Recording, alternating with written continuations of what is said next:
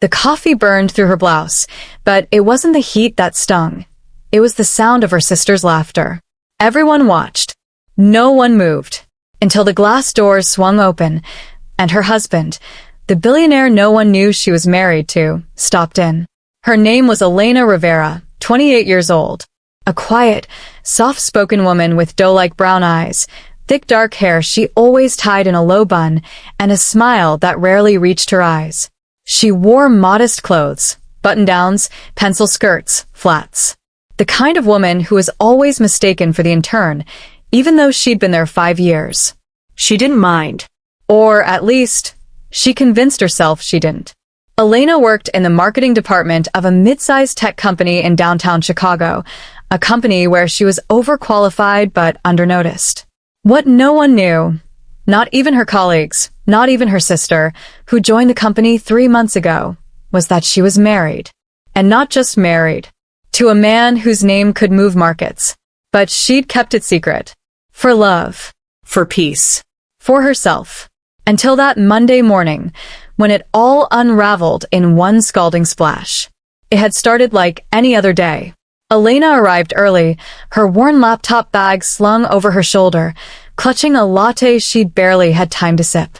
She settled into her desk at the far end of the floor, the quiet corner, as people called it, where no one bothered her unless there was a deadline breathing down their neck. Her sister, Jasmine Rivera, breezed in half an hour later. High heels, high drama. Jasmine was 26, younger by 2 years, but louder by 100 decibels. She worked in PR and had somehow charmed her way into the executive assistant circle in record time. Always knew what to say. Always knew who to laugh with. And more importantly, always knew how to cut Elena down with a smile. They hadn't spoken properly in weeks. Not since Jasmine had started flirting with Elena's direct supervisor. Not since she began whispering things like, "Elena's too quiet for leadership" in meetings. Not since the team began laughing a little too hard at Jasmine's jokes, all of which had Elena as the punchline. Elena had said nothing. Just swallowed it. Like she always did. But Jasmine wasn't done.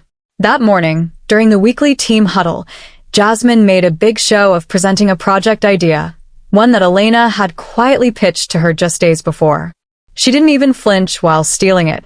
Elena froze, her breath catching, her hand clutching the side of her chair so tightly her knuckles turned white. And then Jasmine turned toward her, still smiling. "Oh, and thanks to my sister for the little brainstorm session. Inspiration can come from the most surprising places, like those sad TED Talks she listens to during lunch." Laughter. Soft, cruel. A few coworkers turned to see Elena's reaction. She kept her face still, but her eyes burned. Later that morning, Elena was walking past the break room when it happened. She didn't see Jasmine standing just around the corner with her coffee cup half full. She just felt the hot liquid splash down her chest, soaking through her blouse, staining the white fabric brown. "Oh my God," Jasmine gasped, mock horrified. "I'm so sorry, sis. You really should watch where you're going." Someone gasped. Someone laughed. Elena stood there, drenched. Her hands trembled as she tried to wipe the liquid off her blouse. The heat had cooled, but the sting, the humiliation, throbbed deep in her chest. Jasmine leaned in, her voice barely a whisper. "You don't belong here.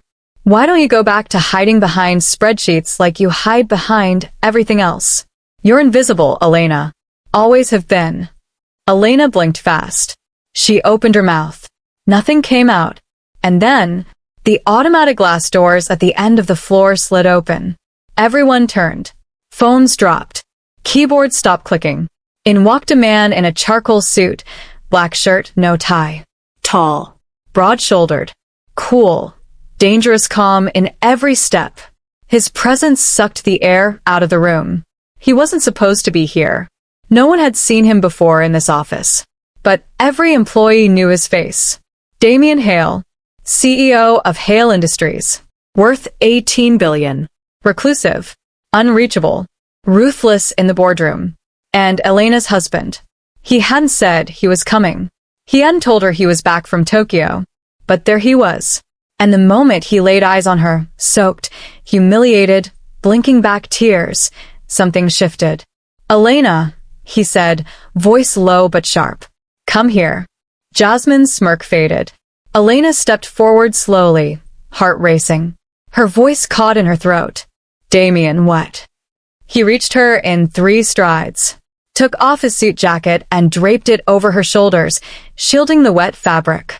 Then he turned, eyes like ice, and scanned the silent office. Who did this? No one spoke. A cough, a shuffle, a gulp. Jasmine tried to laugh. "Sir, this is just a silly little accident. Damien didn't even look at her. He turned to the floor manager. "Who's in charge of this department?" "That would be, Mr. Glenn, sir. But he's out sick today." "Good." "Because if he were here, I'd fire him too." Dead silence. Damien's voice cut through the still air. "Effective immediately, this entire floor is being reviewed. Every employee involved in workplace harassment or enabling toxic culture will be terminated. HR will begin interviews in 20 minutes. Start with her." He pointed directly at Jasmine. Her eyes widened. "You can't. You assaulted my wife." Jasmine went pale. "Wife." He turned to Elena, gently adjusting the coat around her shoulders. "Let's go home." Elena stared at him, shaking. "But I didn't want anyone to know." "You didn't want them to know," he whispered. "But they didn't deserve you anyway." He took her hand, for the first time, in front of everyone, and walked her out of the office, past the frozen faces, the slack jaws, the stunned silence. Jasmine stood rooted, fists clenched, eyes burning with disbelief. And Elena? She didn't look back. Not the tense kind of silence that stretches between 2 people after an argument. No, this was different. This silence felt like the kind that held 1,000 unsaid words. Elena clutched Damien's coat around her tightly, the fabric smelling faintly of cedarwood and something darker, a scent that used to comfort her, but now made her heart pound with confusion. She stared at the elevator numbers as they blinked down to the garage floor. Damien stood next to her, perfectly still, as if guarding her from the world. His jaw was clenched, and when she looked at him from the corner of her eye, his expression hadn't changed since the office. Cold, controlled, dangerous. When the doors finally opened, his driver was already there, holding the back door of the sleek black Mercedes open. Damien guided her gently inside without a word. Only when the doors shut and the engine hummed to life did Elena finally find her voice. "You told me you wouldn't show up to my job." His eyes flicked to her. "I told you I'd stay out of it as long as you were treated with respect. That condition changed today." She looked away, biting her bottom lip. "I didn't want them to know about us," she whispered. "And why not?" "Because I didn't want to be that girl. The one who only has her job because she married rich. The one no one takes seriously." Damien leaned slightly toward her. "You're not that girl. You're the one who works twice as hard and stays invisible because she thinks she needs to earn everything. You're the one who doesn't ask for help even when she's drowning. And you're the one who's been putting up with your sister's poison for far too long." His voice was calm, but underneath, it trembled with tightly held anger. Elena's chest tightened. "You humiliated her. She poured coffee on you, Elena. She's my sister." He stared at her for a long beat. "And you're my wife." The car fell quiet again. Outside the window, the gray Chicago skyline blurred past, the buildings cold and impersonal, like the people she worked beside every day. Like Jasmine. Jasmine, who once braided Elena's hair before school. Jasmine, who knew Elena's first crush. Jasmine, who'd cried into Elena's lap after her first heartbreak. And now, that same sister had stood in a crowded break room and laughed as she burned her. How did they get here? Elena leaned her head back against the seat. Her throat burned. "I didn't want her fired," she murmured. "I just wanted her to stop." Damien's voice softened. "Do you know what I wanted to do when I saw her standing there, smug and proud after hurting you?" Elena didn't answer. He continued, "I wanted to burn the whole damn company down. You think I care about who she is to you? All I saw was someone hurting the woman I love." Her breath caught. She hadn't heard him say that in months. Not like that. not with that fire in his voice. For a moment, she wanted to crawl into his arms and cry until the world disappeared. But the distance between them had grown quiet over the last year, not cold, but distant. He had been busy. She had been patient. Too patient. And now here they were. As the car pulled into their penthouse tower's private garage, Elena stepped out without waiting for him to open the door. She needed air, not just oxygen, but space. Her heels clicked on the polished floor as she made her way to the private elevator, Damien silently at her side. When they entered the apartment, the silence became something heavier. Damien removed his coat and tossed it on the back of the velvet armchair. He turned to her, arms crossed, waiting. Elena dropped her bag on the floor and turned to face him fully for the first time since the office. "I didn't need rescuing," she said, her voice low. "No," Damien replied. "You didn't. But that doesn't mean you deserve to be humiliated." She paced to the windows, staring out at the vast skyline. "Do you know what it feels like to be looked at like you're nothing? To work hard and still be invisible? That job, those people, they might have treated me like wallpaper, but it was mine. It was something I built by myself." Damien's voice dropped. "No one should ever get to make you feel small, especially not someone who shares your blood." A tear escaped, surprising her. "I thought maybe if I stayed long enough, worked hard enough, Jasmine would come around, that she'd respect me again." Damien took a slow step toward her. "Jasmine doesn't respect anyone she thinks she can step on. That has nothing to do with you, Elena." She turned, frustration bubbling. "You don't understand." "You're Damien Hale. You walk into a room, and the walls bend for you. No one humiliates you. You don't know what it's like to beg for a seat at the table." He closed the space between them and gently cupped her face. "You're right," he said. "I don't. But I know what it feels like to watch someone I love shrink themselves to fit into rooms they were never meant to be in." She blinked. He continued. "You want to build something on your own? Good. I'll help you. But not with people who throw hot coffee and laugh about it. You deserve better than scraps of respect." Elena's lips parted, not in protest, but in disbelief. "Then what do I do?" she whispered. "I don't want to hide anymore. I don't want to stay silent just to keep the peace." Damien smiled softly. "Then stop." It was that simple. And yet it wasn't. The next day, her phone buzzed endlessly. Emails, missed calls, HR messages, journalists even. The story had leaked. Someone from the office had filmed Damien walking in and publicly defending her. The internet exploded. Hashtag Coffeegate. Hashtag Tho Protects Wife. Hashtag Elena Rivera. Some called her a hero. Others called her lucky. A few called her spoiled. But the truth? She felt like neither. She felt raw, exposed, and strangely free. That afternoon, she found herself sitting at her kitchen counter, scrolling through LinkedIn.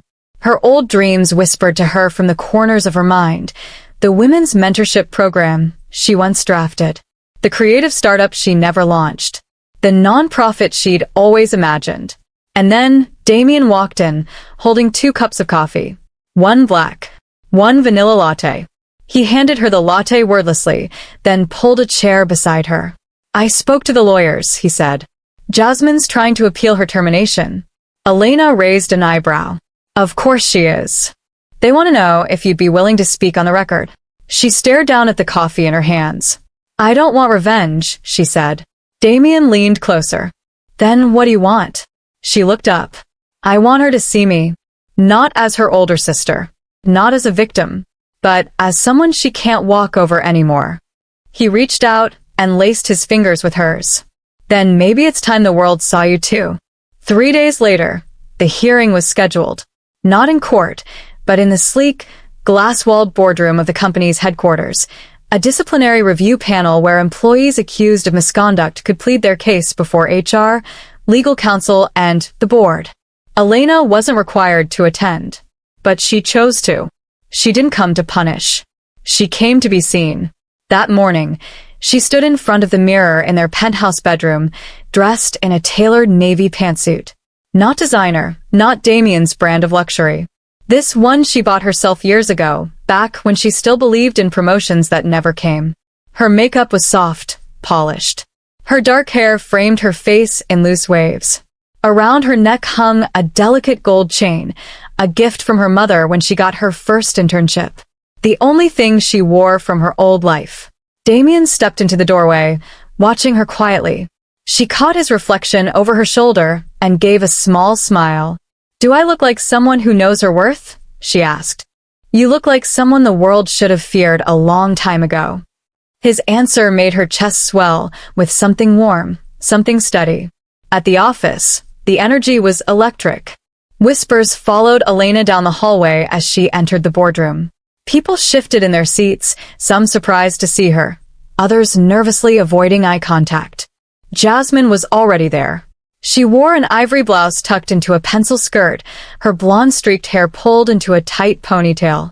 Her expression was unreadable, a mix of confidence and desperation. She glanced at Elena, but said nothing. The panel began. Jasmine's lawyer, a sharp-jawed woman with an aggressive tone, launched into an argument about misunderstanding, overreaction, and corporate retaliation.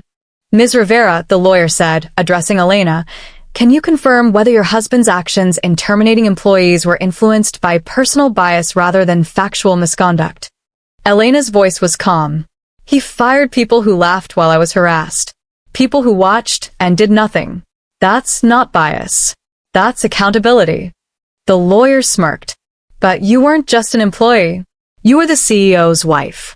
And you never disclosed that to your peers. Some might consider that deceptive." "I didn't disclose it," Elena said firmly, "because I wanted to earn my place. Not because I wanted to deceive anyone.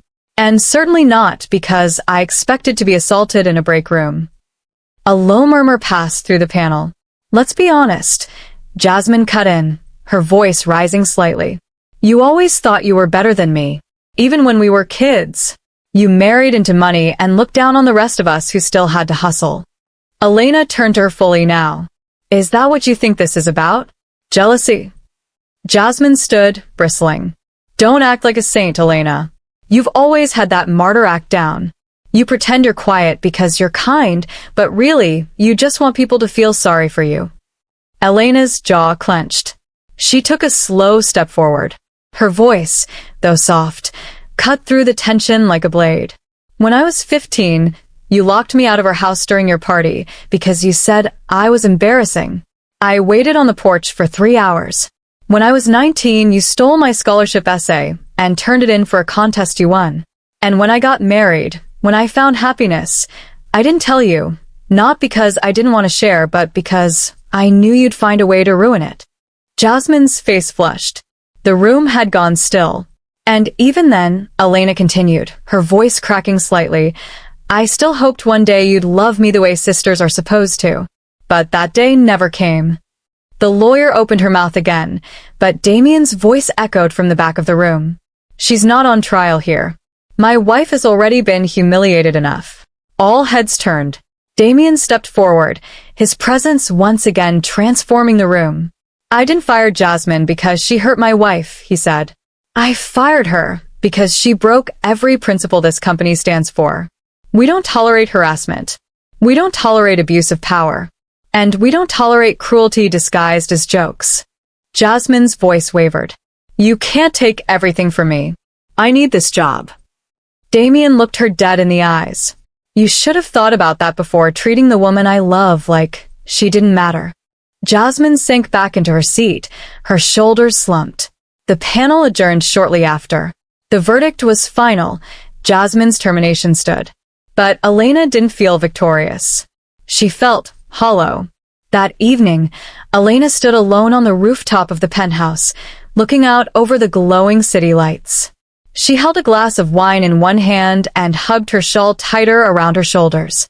Damien joined her quietly, his arms wrapping around her waist from behind. "You did what you needed to do," he whispered. "I didn't want to hurt her," Elena said, her voice thin. "I just wanted her to stop hurting me." "You didn't hurt her. The truth did." She turned in his arms. "And what about my truth?" Damien cupped her cheek. "Say it." She swallowed. "That I'm tired of hiding. of playing small, of being quiet so others don't feel uncomfortable. He kissed her forehead. Then don't be quiet anymore. Elena nodded slowly. I think I want to start something of my own, she said. Something that helps women like me, the ones who get overlooked, talked over, pushed aside. Damien smiled. Say the word, and I'll fund it. No, she said, returning his smile. You'll invest, but I'll build it. For the first time in years, she felt power rising in her chest, not the kind borrowed from someone else, but the kind that had always lived inside her, just waiting to be awakened. Jasmine may have poured the coffee, but Elena? She was about to pour fire on everything that had kept her small. The new beginning didn't start with a press release. It began quietly, in the guest bedroom turned home office of Elena's penthouse, surrounded by half-empty coffee mugs and sticky notes scattered like confetti across the floor. She spent the first 2 weeks doing what she had always done best, listening, observing, and studying. She reached out to women she used to work with. Some were single moms. Some were immigrants. Some were just tired. Women who worked hard, dreamed quietly, and still went unnoticed. And one evening, as Chicago's sky bled into dusk, Elena placed the final folder on her desk and looked at Damien. I'm ready. He raised an eyebrow from where he sat across the room, laptop on his knees. For what? She held up a mock-up of the name on the folder. Undercurrent. It's a mentorship platform, she said. For women in corporate jobs who feel unseen. We connect them with actual support, not the fake, inspirational kind, but real mentorship, legal guidance, career transitions. All anonymous. All free. Damien stared for a moment. Then he set his laptop aside and stood. You didn't just build an idea, he said, walking toward her. You built a revolution. Elena smiled, her nerves dancing behind her calm. I need office space. A team. Maybe seed funding. You'll have it, he said. Whatever you need. But Elena shook her head. No. I want to pitch it to investors like anyone else. I want to prove it has value beyond being your wife's project. Damien studied her. His expression shifted from admiration to awe. You're not just someone they underestimated, Elena. You're someone I almost did, too. 3 months passed. Undercurrent launched quietly, but caught fire online within a week. A LinkedIn post from Elena, her first public acknowledgement of the office incident, went viral. I was humiliated with coffee in front of my peers. But that wasn't the worst part. The worst part was how many people watched and said nothing. This platform is for every woman who knows that silence. Thousands shared it. Hundreds signed up. Investors called. Former colleagues apologized. And one day, an anonymous message arrived in the inbox. You think you've won, but you've only just started a war. J. Elena read it twice. Damien, standing behind her, took the phone from her hands and deleted the message without a word. Let her bark, he said. You're already 10 miles ahead. But Elena couldn't shake the feeling that her sister wouldn't let this go. Not yet. Meanwhile, Jasmine was unraveling. After losing her job and public reputation, she struggled to find another position. Word traveled fast in their industry, especially when it involved scandal, video clips, and a powerful last name like Hale. She'd tried PR firms. No one would touch her. Even her social media had turned against her. Comments flooding in, some cruel, some mocking, others defending Elena. She posted vague quotes about betrayal and fake sisters, but they only fueled the fire. Then one night, she showed up at Elena's penthouse. Uninvited. Elena opened the door, stunned to see her sister standing there, makeup smudged, eyes bloodshot, and holding a bottle of wine like it was a white flag. I'm not here to fight, Jasmine said before Elena could say anything. I needed to talk. Damien appeared beside Elena instantly. Jasmine flinched. Alone. Elena gave Damien a small nod. He hesitated, then stepped away, not out of submission, but trust. Elena let her sister in. They sat in silence for a few minutes in the living room. Jasmine placed the bottle on the coffee table, staring at it instead of her. I lost everything, she said softly. Elena leaned back, arms crossed. I didn't ask you to, she replied. I know. Jasmine's voice cracked. I messed up. I didn't think it would go this far. I didn't know he was your husband. If I had, you would have faked being kind to me longer, Elena interrupted. Jasmine winced. I didn't come here to beg, she said. I came because I don't even know who I am anymore without this career. Without the image I built. I hated how easily you existed outside of it. Elena's throat tightened. Do you know how many times I wished you would just see me? She asked. Not as a threat. Not as someone you had to beat. Just as your sister. Jasmine's eyes shimmered. I was jealous. Of what? That you could be loved without having to perform. Elena froze. Jasmine finally looked up. Everyone always told me I was the pretty one. The bold one. But behind closed doors? I've never had a man fight for me the way Damien fought for you. I've never had friends stick by me when I wasn't useful to them. I've spent my whole life being seen, but I've never felt held. Elena didn't know what to say. For the first time in years, her sister didn't sound venomous. She just sounded broken. I want to change, Jasmine whispered. But I don't know how. Elena stood. You start by saying sorry, she said. And not just to me, to every woman you trampled to get ahead. Jasmine stood too. If I do, can we be okay again? Elena walked to the door and opened it. I don't know, she said honestly. But saying sorry is the only way we'll ever find out. Jasmine left quietly. And for the first time in Elena's life, the door felt like hers to close. That night, she sat beside Damien on the balcony, watching the city hum below. She cried. Elena said. It didn't feel good. It just felt heavy. She needed to, Damien replied. And you needed to see it. Elena nodded. I still don't trust her. You don't have to. Trust doesn't come from tears. It comes from change. She leaned into him, resting her head on his shoulder. I used to think I had to stay quiet to survive. Now I know I have to speak to live. Damien kissed her temple. Then speak, my love. The world's listening. Elena didn't expect forgiveness to feel so complicated. After Jasmine's visit, the days grew quieter, but not simpler. It was like the air had shifted. The past hadn't disappeared. It just didn't speak as loudly anymore. Still, healing wasn't a straight line. One day, she missed Jasmine. The next, she remembered the laughter after the coffee was poured. But she didn't dwell. She was too busy building. Undercurrent had grown from a mentorship platform to a full-fledged movement. News outlets picked it up. Colleges started inviting her to speak. HR departments requested workshops. Women sent in letters from all over the world.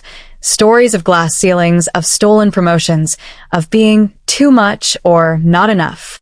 And in the middle of it all, there was Damien. They had been married 3 years.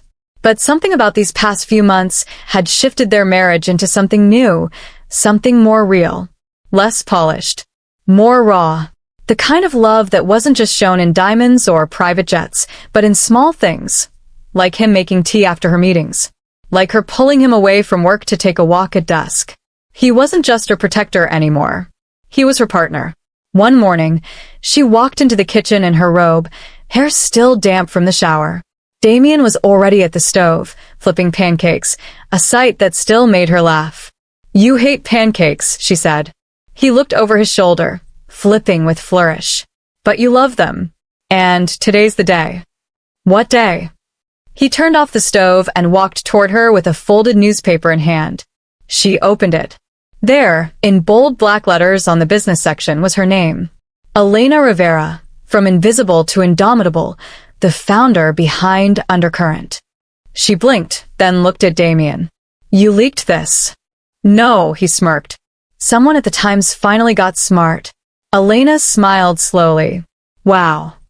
You're not just being seen, he said, placing a kiss on her forehead. You're being recognized. She sat down, the paper still in her hands. It was happening. It was really happening. But as with all good things, shadows weren't far behind. Later that afternoon, her assistant buzzed in through her office intercom. There's someone here asking for you, she said. No appointment. She says it's personal. Elena sighed. Who is it? A pause. Jasmine Rivera. Elena stiffened.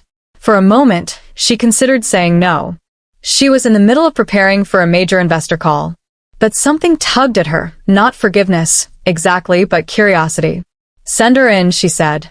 Jasmine entered a minute later, dressed in jeans and a blazer, casual but pulled together. Her makeup was minimal, her posture less performative. Thanks for seeing me, she said softly. Elena gestured for her to sit. I read your profile in the paper, Jasmine said. It was surreal. Elena raised an eyebrow. Because I finally made it? No, Jasmine replied. Because they finally saw you. The way I never did. That caught Elena off guard. Jasmine continued. I started therapy. Elena blinked. It's court-mandated, partially. Jasmine added with a sheepish smile. But it's helped. I've been digging through a lot of stuff. Most of it ugly. Elena stayed quiet. I realized I hurt you in ways I never admitted. Not just at work, but for years. I was always so afraid that you'd pass me, and no one would see me again. Elena's voice was steady. And so you made sure I stayed behind you. Jasmine nodded. But you still got ahead. Just not in the way I expected. There was silence for a moment. I came because I want to help, Jasmine said. Elena tilted her head. Help how? I know PR. I know campaigns. I know how to spin. Let me do something good with it. Let me volunteer for Undercurrent. I don't want money. I want to do one thing that isn't about me. Elena looked at her long and hard. This was not the same Jasmine who laughed with coffee in her hand. But trust doesn't come with apologies. It comes with proof. I can't promise anything, Elena said. I know. But you can start as a temp. Unpaid. 3-month probation. Jasmine smiled, small, sincere. Thank you. As she stood to leave, she paused at the door.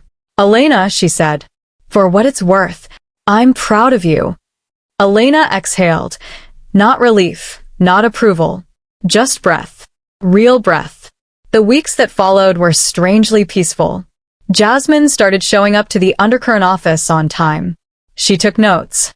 She made coffee. She didn't talk over anyone. And, slowly, the team began warming up to her. Damien remained cautious, but he didn't interfere. One evening, as Elena and Jasmine stayed late prepping for a major Women in Leadership panel, Jasmine turned to her while organizing folders. I miss us, she said. Elena paused. We were never US. Not really. Jasmine nodded. Maybe not. But maybe we can start now. Elena didn't respond. But she didn't say no, either. That weekend, Elena stood on the stage of a women's leadership summit.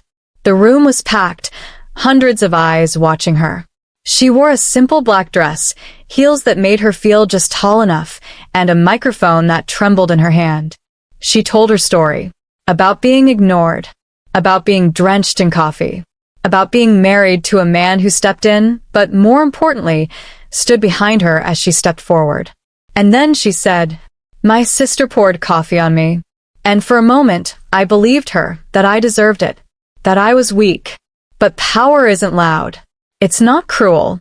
True power is quiet confidence. It's showing up after people try to erase you. And staying. The room burst into applause. Somewhere in the back, Jasmine clapped too, her hands trembling, her eyes glassy. And Damien? He watched with the calm of a man who knew. This wasn't the woman he saved. This was the woman who saved herself.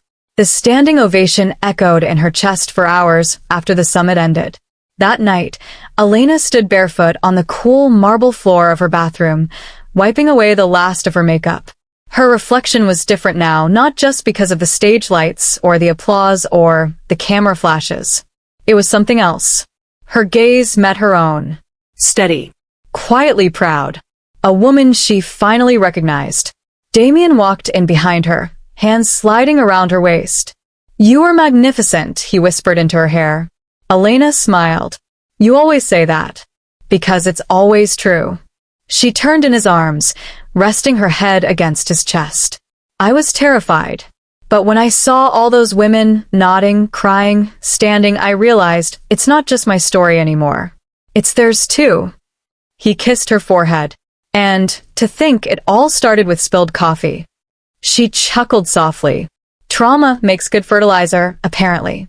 They stood like that for a long time, just the two of them, wrapped in a silence full of warmth, until Damien said something that shifted the air between them. I've been thinking, he said slowly, about stepping back. Elena pulled back slightly, surprised. From Hale Industries? He nodded. It runs itself now. The board's stable. The leadership team is solid. I don't want to spend the next decade in glass towers talking to men in suits. I want to build something that actually matters. Her brows furrowed. You've always mattered, Damien. Not like this, he said. You've built something that's changing lives. And I want to be a part of that. Not as the man who signs checks, but as someone who actually shows up. Elena stared at him, emotion rising in her throat. You do that for me? He smiled. I'd do it for us. And in that moment, she knew they weren't just rebuilding her life. They were building theirs. A month later, Undercurrent opened its second office, a community hub in the south side of Chicago. Unlike the sleek downtown headquarters, this space was vibrant with murals, open rooms for workshops, and a rooftop garden. It was designed to feel like home for the women who'd never felt safe enough to speak. Jasmine, to everyone's surprise, had become a quiet fixture in the team. She was still on probation, but her humility was starting to soften even the most skeptical staff members. One afternoon, as she and Elena painted handprints with local school girls in the community room, Jasmine pulled Elena aside. I wanted to show you something, she said, pulling out a folded piece of paper. Elena unfolded it and saw a job offer. From a corporate PR firm in New York. They saw the Undercurrent campaigns, Jasmine said. They were impressed. They're offering me full-time, 6 figures, relocation, the whole thing. Elena looked at her, heart strangely heavy. And, she asked. I said no. Elena blinked. I told them I couldn't leave yet, Jasmine said. Not because I'm trying to fix things, but because I've finally found something that isn't about pretending. And I'm not done growing yet. For the first time since they were children, Elena believed her. Jasmine tucked the paper away and smiled. But thank you for giving me the chance to figure that out. Elena nodded slowly. I'm proud of you. Jasmine's eyes shimmered. That means more than you know. That weekend, Elena and Damien flew to Aspen for a long overdue escape. They stayed in a quiet cabin nestled between pines and snowfall. No press. No events.